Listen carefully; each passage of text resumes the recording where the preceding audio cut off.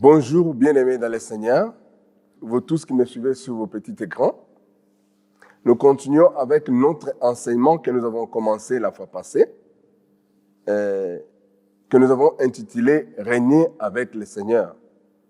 Nous avons dans la première partie essayé de définir ce que c'est régner avec le Seigneur, et nous avons dit dans la première partie que nous avons trois choses importantes que nous désirons pour régner avec le Seigneur. Et la première partie, nous avons essayé d'expliquer l'onction, qui est une de ces trois choses que nous désirons pour pouvoir régner avec le Seigneur. Et nous avons défini l'onction, que nous avons dit que c'est une capacité que nous recevons de l'Esprit de Dieu pour pouvoir accomplir une mission bien déterminée. Nous ne pouvons pas avoir une mission divine sans onction. Quand nous avons une mission divine, nous avons besoin de l'onction pour pouvoir l'accomplir. C'est ce que nous avons essayé de démontrer dans notre première partie. Et dans cette deuxième partie, nous allons continuer avec toujours l'onction. Nous allons parler de l'importance de l'onction. Et avant cela, nous allons essayer de prier pour commencer l'enseignement de ce jour. Prions au nom de Jésus-Christ. L'Éternel, notre Dieu de gloire, je te consacre ces instants entre tes mains. Prends le contrôle de cet enseignement, Seigneur, de ce jour. Ordonne que je diminue et que toi seul croisses. Prends la place de Dieu. Glorifie-toi, Seigneur. Que ce message trouve une bonne terre partout où il sera reçu. Et que ta volonté puisse accompagner ce message pour la gloire de ton nom. Au nom de Christ Jésus, Papa, nous t'avons ainsi prié. Amen. Comme nous avons dit, nous continuons avec notre enseignement « Régner avec le Seigneur ». Nous devons savoir que le Seigneur Jésus-Christ, il a dit que nous sommes la lumière du monde. Si nous comprenons pourquoi le Seigneur Jésus-Christ a dit que nous sommes la lumière du monde, nous allons aussi comprendre qu'il est impérieux, il est important que nous, en tant qu'enfants de Dieu, nous puissions régner et diriger le monde. La deuxième partie de notre message porte sur l'importance de l'onction. Le point 2, nous avons dit aussi que l'onction nous aide à définir notre mission. Quand Dieu te donne une mission, te donne l'onction pour accomplir la mission. L'onction te permet à comprendre la mission que Dieu t'a donnée pour que tu sois en mesure de bien l'accomplir. L'onction aussi nous aide à définir notre champ d'action. Quand tu reçois l'onction, tu sauras définir ton champ d'action. Où Dieu veut que tu règnes avec lui, comment Dieu veut que tu règnes avec lui. Et cela ne peut être, tu peux avoir la révélation ou la compréhension de cela et quand tu es loin par le Saint-Esprit. L'onction aussi nous aide à accomplir avec facilité la mission que l'Éternel Dieu nous donne. Nous ne pouvons pas faire la mission avec facilité si nous n'avons pas été loin pour cette mission. L'onction nous facilite l'accomplissement de la mission. L'onction nous capacite pour l'accomplissement de la mission. Quelqu'un qui fait un travail quelconque, loin pour cela, il a une touche toujours différente de quelqu'un qui n'est pas loin. Quand tu comprends en quoi Dieu veut que tu puisses régner avec lui, c'est à toi de chercher à être loin par le Seigneur pour que tu sois à mesure d'exercer le travail que tu accomplis pour le Seigneur avec facilité. C'est toujours pour une mission que nous recevons l'onction. Il n'y a pas de mission sans onction, il n'y a pas d'onction sans mission. L'onction étant une capacité que nous recevons de l'Esprit de Dieu pour accomplir une tâche déterminée, on ne peut pas recevoir l'onction de l'Esprit de Dieu sans une mission. C'est-à-dire, pas d'onction, pas d'émission, et pas d'émission, pas d'onction. Nous ne recevons pas l'onction pour accomplir toutes choses. Dieu, quand il donne l'onction, c'est pour une mission, une tâche bien déterminée, un domaine bien déterminé. Nous ne pouvons pas recevoir l'onction pour accomplir tout. Ce n'est pas que quand nous recevons l'onction, nous pouvons accomplir tout. Non. Nous sommes toujours pour un domaine bien déterminé. Et il est important de comprendre dans quoi Dieu veut que tu puisses régner avec lui. Pourquoi Dieu t'a oint. Dans tout ce que nous pouvons faire quand nous sommes oints du Saint-Esprit, dans tout ce que nous pouvons faire, il y a un dénominateur commun, c'est le salut des âmes. Tu peux être oint pour prêcher la parole, tu peux être oint pour gouverner, tu peux être oint pour enseigner dans une école, tu peux être oint dans un domaine, dans n'importe quel domaine où tu es oint. Les dénominateurs communs de tous les enfants de Dieu dans leur règne, quand l'Éternel Dieu le oint, c'est le salut des âmes. C'est le salut des âmes. Dans quel que soit les domaines où tu es appelé à régner avec le Seigneur, tu sauras toujours comment tu vas gagner les âmes pour le Seigneur. 1 Corinthiens chapitre 1, je vais lire. 1 Corinthiens chapitre 12, versets 11 à 13. La Bible déclare ceci. Un seul et même esprit opère toutes ces choses, les distribuant à chacun en particulier comme il le veut. Car comme le corps est un et a plusieurs membres, et comme les membres du corps, malgré leur nombre, ne forment qu'un seul corps, ainsi en est-il de Christ. Nous avons tous en effet été baptisés dans un même esprit pour former un seul corps, soit juif, soit grec, soit esclave, soit libre. Nous avons tous été abreuvés d'un seul esprit. Nous sommes tous remplis par un même esprit, mais pour accomplir différentes tâches, accomplir différentes missions dans différents domaines de la vie de la société.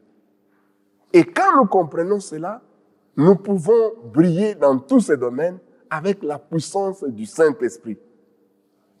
Et nous allons être à mesure d'accomplir ce que le Seigneur Jésus-Christ avait dit, que nous sommes la lumière du monde. Nous sommes le sel de la terre. Nous ne sommes pas loin seulement pour prêcher la parole. Nous ne sommes pas loin seulement pour servir Dieu dans l'Église. Nous sommes loin pour faire différentes activités dans le monde, mais notre mission en faisant tout cela, c'est gagner les âmes pour le Seigneur. Voilà pourquoi nous parlons de régner avec le Seigneur.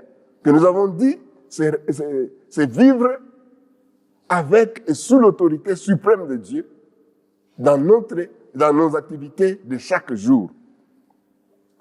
Quelle est la raison fondamentale de l'onction? Ça, c'est le point 3. La raison fondamentale de l'onction, nous allons lire Actes chapitre 1 pour essayer de comprendre la raison fondamentale de l'onction. Actes chapitre 1, verset 8, la Bible déclare: mais vous recevrez une puissance, le Saint-Esprit, survenant sur vous. Et vous serez mes témoins à Jérusalem, dans toute la Judée, dans la Samarie, jusqu'aux extrémités de la terre. Je réponds, mais vous recevrez une puissance, le Saint-Esprit survenant sur vous. Quand le Saint-Esprit vient, le Saint-Esprit nous donne une puissance. Comme le Seigneur Jésus-Christ disait à ses disciples, après les avoir entraînés ou les avoir enseignés pendant 3 ans, après qu'ils aient appris au pied du Maître pendant 3 ans, le Seigneur Jésus-Christ ne les a pas autorisés d'aller évangéliser, d'aller témoigner. Il les a dit, vous allez rester jusqu'à ce que vous serez revêtis de la puissance du Saint-Esprit. Voilà, en Actes chapitre 8, il dit, chapitre 1, verset 8, « Mais vous recevrez une puissance, le Saint-Esprit survenant sur vous, et vous serez mes témoins. » C'est après avoir été remplis du Saint-Esprit que les disciples ou les apôtres pouvaient maintenant aller témoigner de Christ. Donc quand le Saint-Esprit vient, il nous capacite pour pouvoir accomplir la mission que Dieu veut nous voir accomplir pour la gloire de son nom. Nous ne pouvons pas arriver à servir Dieu parce que nous avons été dans une école biblique. Nous ne pouvons pas arriver à servir Dieu parce que nous avons fait la théologie. Mais après avoir fait la théologie, c'est une bonne chose de faire la théologie, c'est une bonne chose de faire l'école biblique, mais nous devons être mandatés par la puissance du Saint-Esprit à accomplir une mission bien déterminée. Que ce soit dans l'Église, que ce soit en dehors de l'Église, nous avons besoin de la puissance du Saint-Esprit. C'est le Saint-Esprit qui nous capacite à l'accomplissement de la mission. L'onction, c'est l'onction du Saint-Esprit qui facilite l'accomplissement de la mission divine. Tu ne peux pas être en mesure d'accomplir correctement la mission divine sans la puissance du Saint-Esprit. Il y a les gens qui s'amènent eux-mêmes dans l'œuvre de Dieu ou dans un domaine quelconque. Vous allez finir toujours par haïr ou à combattre ceux qui sont loin pour la même chose que vous faites sans onction. Dans votre domaine d'activité, vous avez besoin de l'onction pour pouvoir aussi faire la différence. Dans chaque travail que nous sommes appelés à faire dans ce monde, nous désirons la puissance du Saint-Esprit pour marquer la différence. Si nous sommes baptisés du Saint-Esprit, nous le ferons facilement et nous le ferons correctement et nous gagnerons toujours les âmes pour le Seigneur. Nous ne sommes pas tous appelés, je reprends, nous ne sommes pas tous appelés à être prédicateurs parce que nous avons reçu la puissance du Saint-Esprit. Quand nous recevons la puissance du Saint-Esprit, c'est pour accomplir différentes missions. Et cela par le nom puissant de Jésus-Christ. Nous allons voir un point important aussi. Dans 1 Samuel, chapitre 10, le verset 1. La Bible déclare, Samuel prit une fiole d'huile, qu'il répandit sur la tête de Saoul. Il le baisa et dit, l'Éternel ne t'a-t-il pas oint pour que tu sois le chef de son héritage? Ici, Samuel oint Saoul pour qu'il soit le chef de l'héritage de Dieu. Au verset 6, la Bible déclare, l'Esprit de l'Éternel te saisira. Ça, c'est Saoul et Samuel qui dit à Saoul. L'Esprit de l'Éternel te saisira, tu prophétiseras avec eux et tu seras changé en un autre homme. Lorsque ces signes auront eu pour toi leur accomplissement, fais ce que tu trouveras à faire, car Dieu est avec toi. Samuel oint Saoul avec l'huile. Il lui dit, vas-y, tu vas rencontrer les prophètes. Tu prophétiseras. Après que tu aies prophétiseras, après que l'Esprit de l'Éternel te saisira, tu prophétiseras avec eux et tu seras changé en un autre homme. Quand nous recevons la puissance du Saint-Esprit, quand nous recevons la puissance du Saint-Esprit nous change en un autre homme et nous donne la capacité d'accomplir avec facilité la mission que Dieu nous appelle à accomplir. C'est ce qui s'est passé avec Saoul. Et le verset 7, Samuel dit à Saoul, lorsque ces signes auront pour toi leur accomplissement, fais ce que tu trouveras à faire, car Dieu est avec toi. Saoul, l'onction qu'il a reçue du Saint-Esprit, ce n'était pas pour qu'il puisse prêcher, mais c'était pour qu'il devienne roi. Quand nous recevons le Saint-Esprit de Dieu, quand nous recevons le Saint-Esprit de Dieu, la puissance que le Saint-Esprit nous communique nous capacite à accomplir la mission que Dieu veut nous voir accomplir correctement. Dans quelque domaine que ce soit, que nous désirons vivre, régner avec le Seigneur, nous avons besoin du Saint-Esprit. Quand nous recevons le Saint-Esprit de Dieu, nous accomplissons avec facilité la mission que Dieu nous appelle à accomplir. Même les apôtres, ils avaient besoin du Saint-Esprit pour pouvoir accomplir leur mission que le Seigneur Jésus-Christ les a accordée. Marc, chapitre 16, verset 20, la Bible déclare « Ils s'en allèrent prêcher partout le Seigneur. Ils s'en allèrent prêcher partout. Le Seigneur travaillait avec eux et confirma la parole par le miracle qui l'accompagnait. » La Bible anglaise dit encore cela plus mieux. La Bible anglaise, on dit « The disciples went everywhere and preached, and the Lord worked through them, confirming what they said by many miracles and signs. » Quand nous recevons la puissance du Saint-Esprit, quand nous sommes revêtus de la puissance du Saint-Esprit, la puissance du Saint-Esprit en nous, ou le Saint-Esprit en nous, devient comme l'aéroport du surnaturel. C'est par là que l'Éternel, le Dieu, passe pour accomplir la mission qu'il veut nous voir accomplir dans ce monde. Tel que ce verset dit, ils s'en allèrent prêcher partout. Le Seigneur travaillait avec eux. Le Seigneur a commencé à travailler avec eux après qu'ils soient revêtus de la puissance du Saint-Esprit. Et il confirmait la parole par des miracles qu'il l'accompagnait. La parole qui s'est faite chair, qui habitait parmi nous, qui est revenue par la puissance du Saint-Esprit, maintenant agit par les apôtres parce qu'ils ont reçu la puissance du Saint-Esprit.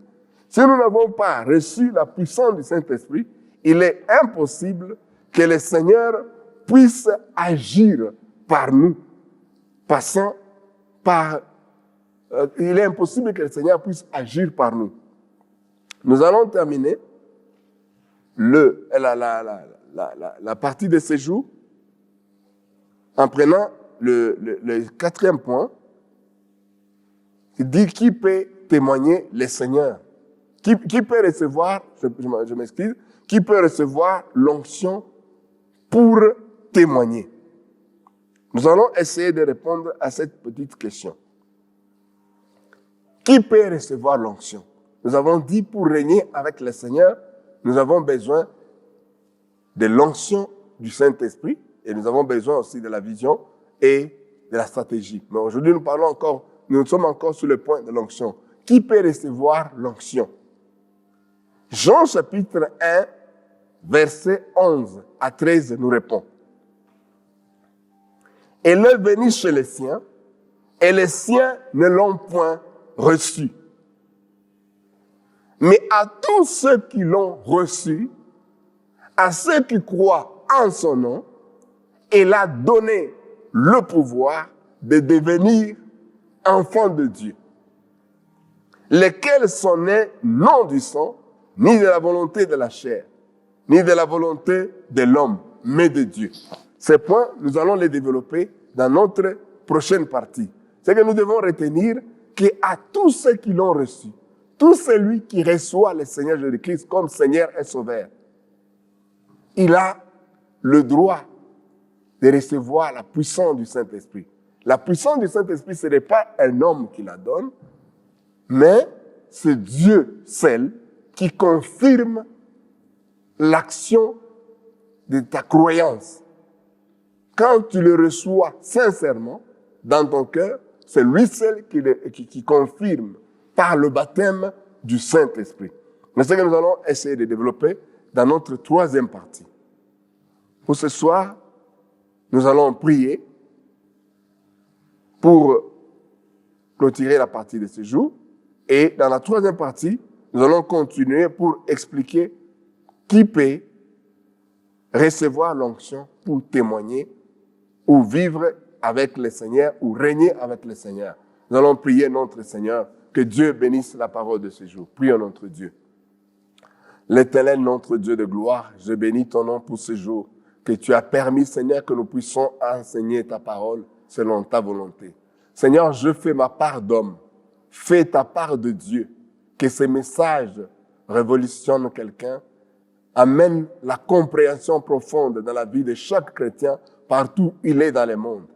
Que c'est avec toi que nous devons régner dans ce monde. C'est avec toi que nous devons réellement montrer que nous sommes la lumière du monde, que nous sommes le sel de la terre.